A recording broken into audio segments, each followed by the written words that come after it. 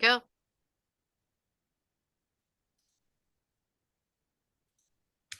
So welcome to today's edition of Transfer Tuesdays, and today's focus is on veteran services. And this is brought to you by CCBC Academic Advisement. I am Courtney Topolsky. I'm the Assistant Director of Student Services on our Dundalk campus. The Office of Transfer and Degree Acceleration, Miss Ann Gamble couldn't make it this afternoon. And Dr. Derek Little with CCBC Veteran Services. And today we are welcoming with us reps from University of Maryland Global Campus, University of Baltimore, and Towson University. And so from UMGC, we have Ms. Kelly Grooms and Mr. Jonah Elder. From University of Baltimore, we have Josiah Guthlin.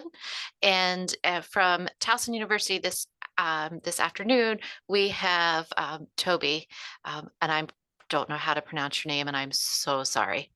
Freevert. Okay. Thank you. You were not on my original list because I usually practice my names. So we're going to go through, have them provide an overview.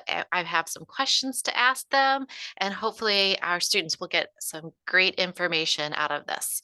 Okay, so if we could start, and we can start with UMGC just because that was who was first on our list, and give us just a brief overview of your program. So thank you, Courtney. Yes, so I'm Kelly Grooms, Assistant Director of Veterans Initiatives and Outreach. So at UMGC, we do have a division called Stateside Military Operations, which is specifically for our entire military connected student population. Right now, UMGC has a military connected population of 61%. So UMGC has really put in place a lot of advising services, financial resources, and networking resources available for students. Currently at CCBC, we have Nathan James, who was unable to join us today, but he does visit on a weekly basis, and he is located in the advising office. So, well, in a little nook by the advising space. And then I think there is talk of him being in the barn also in the Veterans Lounge. So he is there on a weekly basis, there to meet with students and be able to look at your CCBC transfer credits to see how they could go over into a UMGC bachelor's degree, and then also help you maximize that housing allowance and really get you thinking about what's next after CCBC. If you decide to transfer to UMGC, we've got really supportive services available to you. Again, you have the luxury of being able to work with Nathan James as well as Jonah Elder, who are community college veteran military education coordinators. They're available virtually. You can meet them on campus at CCBC. You can meet them at one of the regional locations at UMGC also. Once joining at UMGC, you have access to be able to join an SVA chapter, Salute National Honor Society, and then also have really at your fingertips a VA counselor through our Vet Success on Campus program. So that is kind of UMGC and the services that we offer in a nutshell, and definitely happy to answer any of the questions that you guys have. Sure. And to clarify, Nathan visits the Catonsville location of CCBC, so he does not go currently to all of the other campuses. So if you want to connect with him in person, he would be at our Catonsville campus. Right. Josiah, do you want to go next? I would love to, Courtney. Thank you so much. So like we said before, I'm Josiah Guthlin. I'm the Director of Veteran and Military Student Services here at the University of Baltimore. I'm kind of like right in the middle between the Catonsville, Dundalk campuses. I'm between like right here. We're in Midtown, Baltimore. We're a small non-residential campus. So we're a lot like the community college. We don't have dorms. We're not going to be able to live on campus. We don't have like sororities and fraternities, regular Greek life. We have like honor societies and things like that. But I like to say we're a grown-up school for grown-ups. The average age of our student here is about 30 years old. So our veteran and military student population, you're going to feel right at home here. I know I'm a community college graduate myself after I got out of the Army. I sometimes felt like the old guy in class, which wasn't super fun. I didn't love being the oldest guy in my class every time. That's not how it's going to be here at the University of Baltimore. We also have really small class sizes. We average about 15 students to every one professor that we have here. And only about half of our students are undergraduate. So we have about 4,000 students here at the University of Baltimore. About 2,000 of those are undergraduate, and about 2,000 are like in the law school or getting their graduate degree or something like that. When you apply to the University of Baltimore, if you're a veteran or military affiliated, we have a waiver application fee. So when you apply, there's a normally for civilians, they have to pay a fee. We waive that for our veteran and military affiliated students here. And then there's a list of questions we're going to be answering. I'm not going to answer all those right now. I want to keep some suspense. So you guys are like, well, what else about U-Balt? It's exciting. I know, it's very exciting. But we're going to wait on those. We're going to let Toby do some talk about his institution for a moment. Thank you for the segue. Hi, good afternoon. My name is Toby Freevert. I am the Veteran Support Specialist here at Towson University. I didn't know I was going to do a brief introduction on the school, so I'm trying to think about all of the many things that I could talk about. The main gist, I suppose, will kind of cover the big stuff here. We have about 110 undergraduate programs here, 47 master's degrees, about 36 graduate certificates, and 6 doctoral programs for anyone who is looking to continue their education following their accomplishment of their bachelor's degree. We have about 20,000 students, undergraduate students here, and about 3,000 to 4,000 graduate students here. We make up about 24,000 to 25,000 students all in, which makes us the second largest university in the state of Maryland, right behind College Park. Of that student population, we have about 650 students who are using VA education benefits, and of them, about 250 students that we know of are either veterans in the reserves, in the National Guard, or have some service experience, which makes up about 1.5% of the student body population here.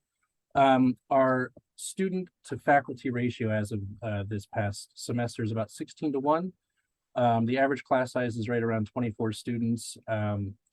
And I think that kind of covers Towson in general. We do have a physical space here at the university for our veteran and military affiliated student community. We are a small but mighty office of 2. It's myself and the director of our office, Dario Di Battista.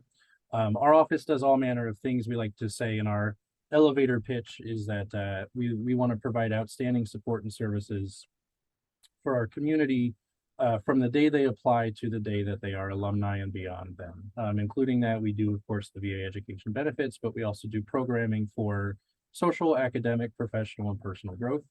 And we provide a high level of touch and care for all of our students, however they may need our support and services. I think that's kind of covers the main gist there. Yes, thank you so much. Most of you already mentioned this, but if we could just go through and clarify quickly, is there a full-time veteran counselor, and what is the best way to contact that person? And we can go in the same order. I think it just helps for consistency. Yes, so there is a full-time veteran counselor. The best person to reach for current CCB students is going to be Nathan James, and he can be reached at it's Vessey, VESSEY, VRC at umgc.edu. Great, thank you. We have 2 full-time staff members that support our veteran and military students, as well as a SCO, which is the school certifying official, who works in another office that does our certifying. So there's me, I'm the director.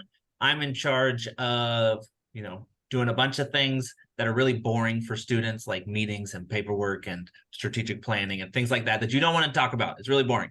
And then we have my coordinator, who's super cool, Dina, who we call her the queen of the Veteran Center. I made that up. No one actually calls her that. Don't call her that. That'd be weird.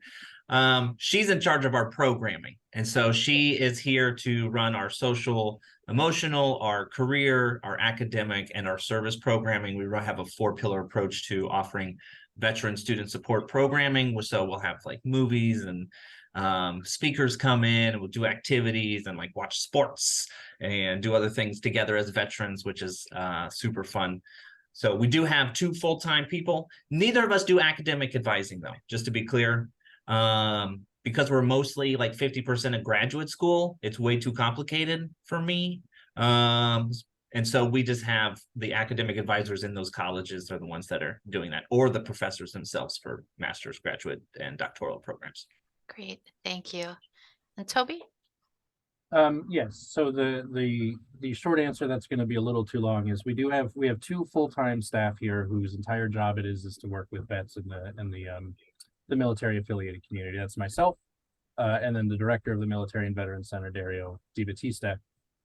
We kind of share a lot of our responsibilities. Dario tends to do the more high-level stuff, which is similar to Josiah, like the meetings and the planning and the talking to the bosses and all that stuff. But we tend to split responsibility when it comes to programming, events, both, on and off campus. And then my job, I'm also at Towson, the primary school certifying official. So I'm the one who oversees all of the education benefits as well. We don't have a designated or dedicated veterans academic advisor, but we do have relationships with most, if not all, offices here at Towson, and they have kind of created in their own ways de facto veterans support roles within their respective offices. So we do have a person here in the academic advising office. His name is Tim Madera. He's more or less the guy that vets and military affiliated students would go to for things like academic advising, but we maintain relationships in all of our offices. And so there's more or less there's a veterans designated official in each office that we work closely with for all manner of services. Great, thank you. The next question is there a SVA, or Student Veterans of America chapter, or other veteran-related clubs with your institution? Yes, so I jumped the gun there. We do have an SVA chapter with UMGC. It is located, it is a closed group. You have to meet certain criteria in order to be a part of it. It's located in a platform that we call Career Quest. But once you've met the eligibility criteria and you've been vetted, then you're accepted into the group. Also for veteran students, we do have a Facebook page that is specifically for military connected students. And then we also have one specifically for veteran students also. And the last Facebook page that we have specifically for students is we've got a military veteran spouses page also. So we've got a couple different networks. That's really interesting. Thank you, Kelly. Mm-hmm. We also have an SVA chapter. We had one in the past, and then it kind of like, because it kind of like didn't do as much during COVID, and things got quiet. And then since COVID, we've had a resurgence. So we were able to send an advisor and our chapter president to the SVA National Convention for the last 2 years in a row, paid for by the university, by the SVA chapter fees. And so that was really exciting. Our current president right now, our chapter, the president serves from January 1st through December 31st, not the academic year. So we don't lose people over the summer and things like that, which cause issue, which means that they are able to get a lot of stuff accomplished during that time. So they also run programming parallel to what we do, usually offer at least 1 or 2 service events every semester. And then they also they'll go out bowling and do stuff like that. We'll usually have a good turnout, somewhere between 12 and 15 veterans will show up for that. And I missed it earlier. Our veteran population at the University of Baltimore, UMGC said 61%. Towson said 1.5%. I'm in the middle. And by the middle, I don't mean 30%. I'm about 5% of our student population. So we're just under 4,000. We have about 200 military affiliated veteran or military affiliated students here at the University of Baltimore. Thank you. On to you, Toby. Talk about SVA. So I'm going to go off course here. Towson University does not have a Student Veterans of America chapter at this time. We do have a local group, though, made up of our veteran students called the Tiger Veterans Group, which was actually a few years ago. It was started by Dina, who now is at University of Baltimore, while she was a student here at Towson, she was the one who started it. And then right around COVID, it kind of fizzled out, everything going, remote and virtual. But now that we're back here on campus full time, we've been able to get that back up and running. Most of our vet students are a part of it. I'd say a pretty decent number of them are active participants in it. The president right now, Jenna Hess is her name. She actually works in our office as she does the VA work study with us here too. So we work closely with her on events. A lot of times our office will co-sponsor events with the Tiger Veterans Group. And right now they are reputable for their happy hours. That's the big thing. But it's a lot of it is very locally focused, and it's very focused here at Towson.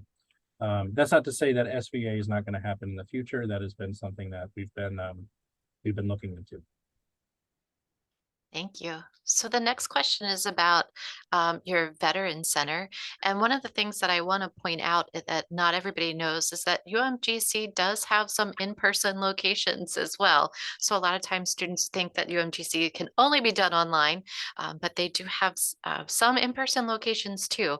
So does your campus, if you haven't already answered this, offer a Veteran Center? Yes, Courtney, you are exactly right. UMGC, we've got a lot of locations in the DMV area. Josiah and Toby and I, we were talking about UMGC. We are located on pretty much every base within their education office within the Maryland DMV area. So that, allows veteran students to be able to maximize the housing allowance when it comes to taking up classes. But specifically to answer the question about location that is geared towards military connected and veteran students, we actually have a veterans lounge that is located at our Dorsey Station location.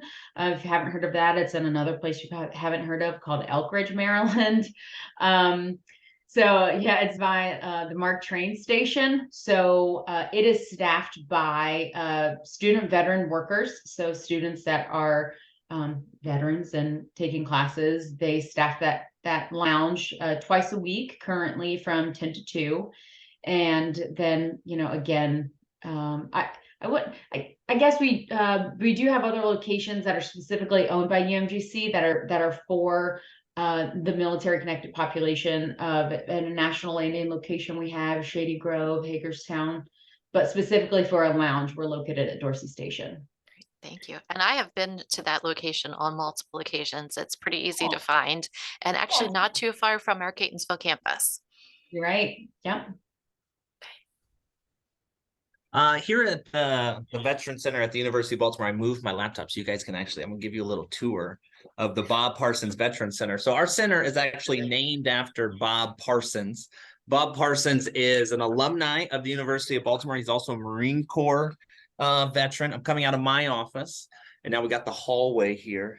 And then I hope this doesn't make people too dizzy. I'm sorry if it does. And then we have our lounge here. Let me turn the light on. So we got a couch. People like to hang out. This gets like sports center and stuff. We got a massage chair. Doing this backwards is hard. Massage chair, which is pretty cool.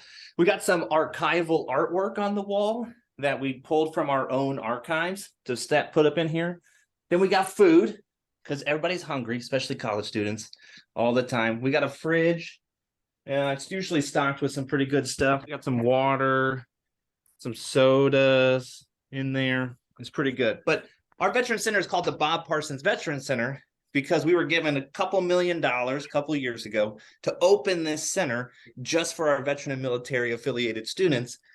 It's an amazing veteran center. I've been to veteran centers all over the campus. They wave, we're on a Zoom call. These are some of my student workers here. Here's our lab, our lab room here. That's the conference room, by the way. We have a conference room. This is our GA nook. When my graduate assistant is working, I stick them in the nook. We don't call it the hole because that would be weird. We don't want to stick people in the hole. They're not in prison. And then this is just like our waiting room, hangout space. Right here, there's Patrick. Hello, Patrick. He works for me. He has to smile. I pay him to do that. And so that is our Veteran Center here at the University of Baltimore. This space is just for our veteran and military affiliated students. It's open from 8 a.m. to 6 p.m. Monday through Thursday, and then we're virtual on Friday. If you are a veteran student, though, there's key card access. So you can have access to this center anytime the building is open, which is from 7 a.m. to 11 p.m. Monday through Saturday. All right, everybody nice and dizzy? I will stop. That's awesome. No, thank you for the impromptu tour. That was fun. I don't think the last time I was at University of Baltimore, I don't think that was open yet. So that's exciting to see. Toby? I can't do a tour because I'm on a desktop right now and I would destroy my entire workspace. We do have a center though. I'm in my office. I have my door closed, but right outside of my door, there's a lounge here where we have computers, printers, coffee, fridge, things for our students to use. We also have the biggest TV we could find in our lounge. It's a small space, but it is comfortable enough. It's big enough for anyone. We can fit a lot of people in here comfortably. But we do have a space, yes, and it's out of this space where Dario and I both work, so we're easily accessible. We're in the space. And it's where students gather to socialize. It's where they come and work on projects. They can print things for free here with us. We cover all those expenses, scan things, anything along that line.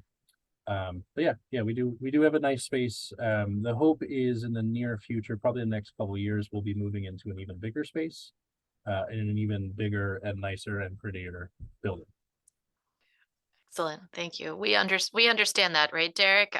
Looking for space and something a little more modern. He's just smiling and nodding. So our next question for y'all is, has your school signed the VA Principles of Excellence? Can we, Yes. you want us to just hit these next couple all at once? Sure. Okay, so the questions are, has your school signed the VA Principles of Excellence? Do you accept ACE military credit for military experience? And is your school approved for TA funding and participate in the Yellow Ribbon program? So we could do those three, I think, all together. Yes? Yes. Okay, fantastic. UMGC, yes, all the above. Great. Ditto. That's the same. Yeah. Yes to the VA Principles of Excellence. Yes to military credit, and yes to TA and Yellow Ribbon. Fantastic. Although you don't need it. You don't need it in Maryland pretty much anymore. You don't need Yellow Ribbon because everyone gets in-state tuition if they're using benefits. So, because that's Maryland law now, but we still offer it. We don't ever use it. Yes, for Towson as well. I do have one weird case this semester where I have a student who doesn't qualify for in-state. So we actually are using Yellow Ribbon for him. He's stationed in Japan, but he's taking, okay. yeah. There we So, go. but yes, to answer the question, yes, we do all of those things, or we are yes for all of them. Awesome. So the last set question I have for you all is, what are the most popular majors amongst the veterans that are students at your university? Great question, Courtney. The most popular majors at UMGC are, we've got two. So cybersecurity and our business degrees. Thank you. The University of Baltimore, we're known as like the public institution. So the law school is a big one. So we have a bunch of pre-law majors here, since we have the best law school in the state of Maryland is here at the University of Baltimore. Unless you go to ask people University of Maryland, then they're going to say their law school, but they're wrong. Obviously, the University of Baltimore School of Law is the best. And then like UMGC, a lot of our veteran students are entrepreneurs. So we have a lot of veterans in our entrepreneurship program and our computer science program. But those would be the top three, like pre-law, entrepreneurship, computer information systems, or something like that. Thank you. Similar to the previous two, Towson's main, the most popular majors for our vets here is entrepreneurship and business, or business related. Majors that kind of fall under the pre-nursing category or healthcare. A lot of our students are in like the prerequisite majors to get into nursing care as the actual major. Exercise science and kinesiology, that's a big one too. We have a lot of vets who are then looking at Towson's occupational therapy doctoral program. So they came here to do their bachelor's and then just kind of segue it straight in. And then psychology tends to be a pretty popular one too. Those are kind of our generally 4 umbrella majors that tend to be the most popular here for our community. Thank you. So those were all of the set questions that I had for you all. But I will acknowledge that veterans is not my day-to-day role at CCBC. So are there things that I have forgotten that you really think it's important for students to know, things that you can offer at your institution or anything like that? And Derek, if you have anything to add, please feel free.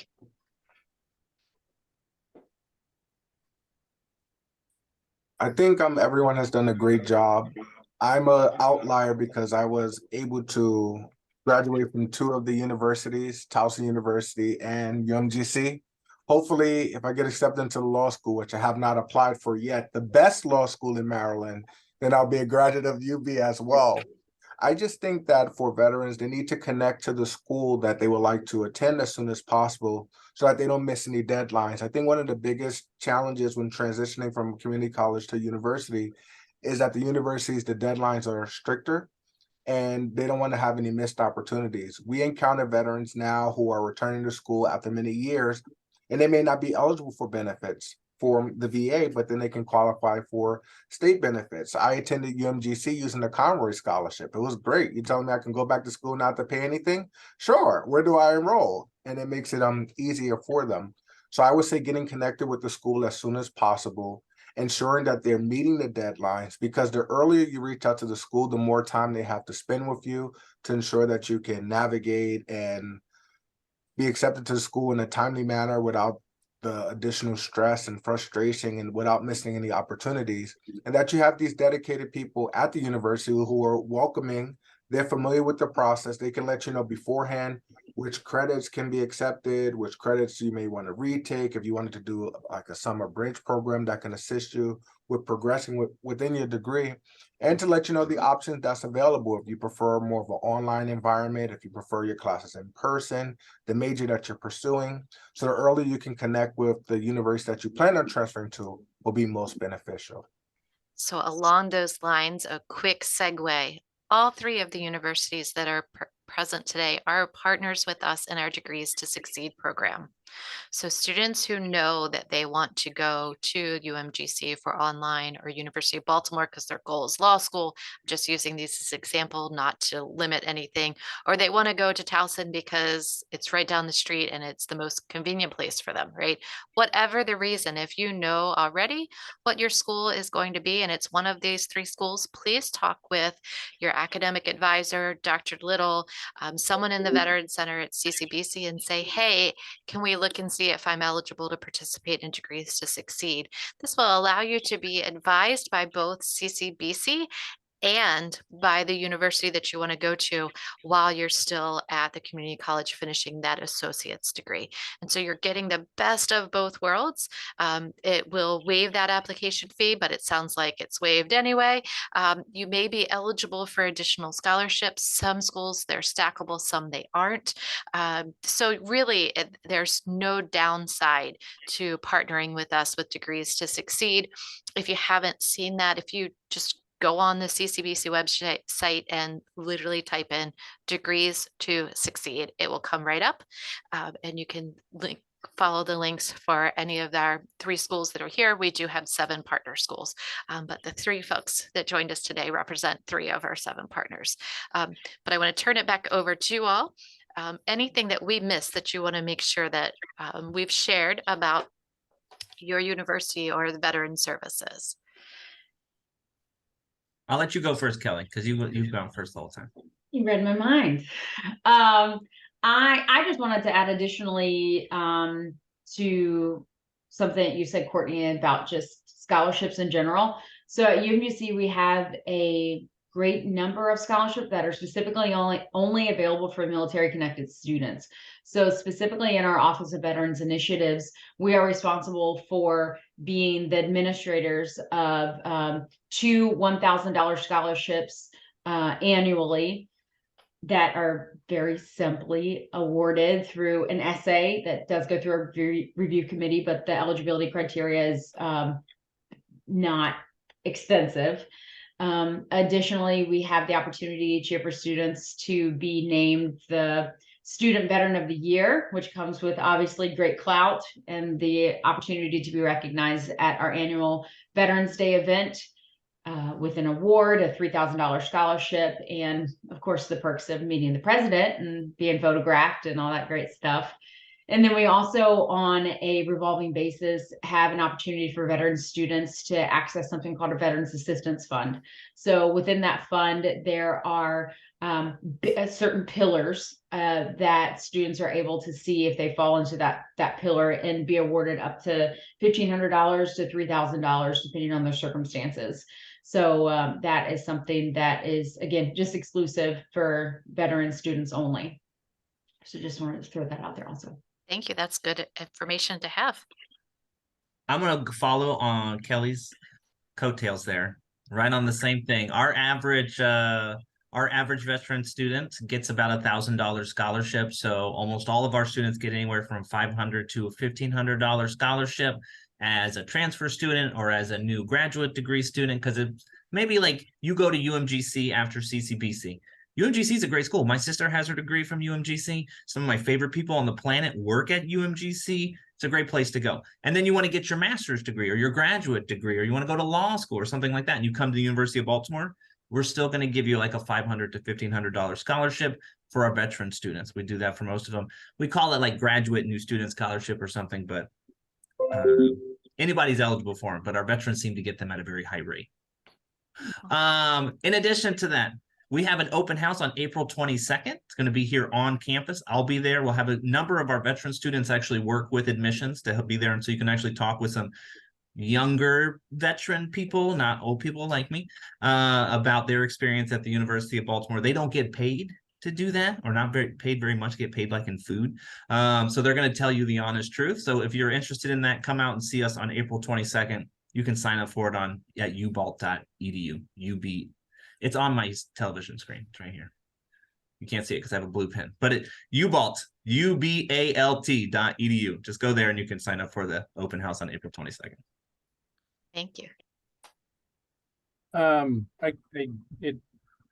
The other two schools kind of hit everything there. We do have our own, we do have the Towson University Foundation, which is the 501c3 charitable organization that people can donate to the university. We actually have our own separate TU Foundation line, where all of the proceeds come to our office to use however we need to use them.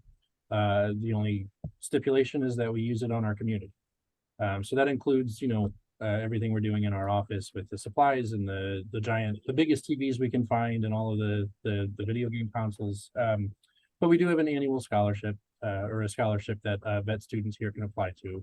It's the Nicholas Iolkowski Memorial Fund, which it's a one-time scholarship for veterans here in the community who want to, serve this community as well and be good stewards of the community. So that does exist. We can offer emergency grants for our students here through the TU Foundation account that we have for students in need. And that process is relatively simple, and we have been able to award some life-changing and in some cases life-saving grants for our veterans as well. We also work here at TU, and I don't know if UB or UMGC do it, but we have the VA Vital program, which brings a VA psychiatrist here on campus, Dr. Dan Koster. He works here every Tuesday, where vets can come and talk to him for anything relating to VA, but also as well as working with them as a primary care physician or a primary care psychiatrist for them should they need that. And the one thing that UMGC and UB don't have is we have sports. We have football, basketball, soccer, we have club hockey, lacrosse, we have the whole nine. So if you like sports, come on out, because we do tons of events with the different sports teams here, where we'll have events for our community specifically and bring them out to the games and pay for their food, and we pay for all their drinks, and we get them tickets to the games. And Josiah can attest, we did a tailgate for a football game this past semester. And in the last month, we've done 2 basketball games, which have been a hit. So if you like sports, you can talk to me about those, because I'm all about Towson sports. I've been following them religiously since I started here. Just to piggyback off of Josiah, we don't have any open houses coming up that I'm aware of, but if we do, I'm more than happy to pass them along to Courtney and Derek and all of the other CCBC crew and help them so that they can pass it around. But we are always available. Our doors are always open. Our contact information and everything you might have questions about with the center is it's on our website, towson.edu/veterans, and everything that you could possibly want is there. And if you don't want it or it's not there, come talk to me and I'll make sure it's there for you. Great. I just want to wrap up the recording today with a thank you for joining us. For students who missed this afternoon, our guests will be back, or someone from their university will be back this evening for a second round. So thank you so very much.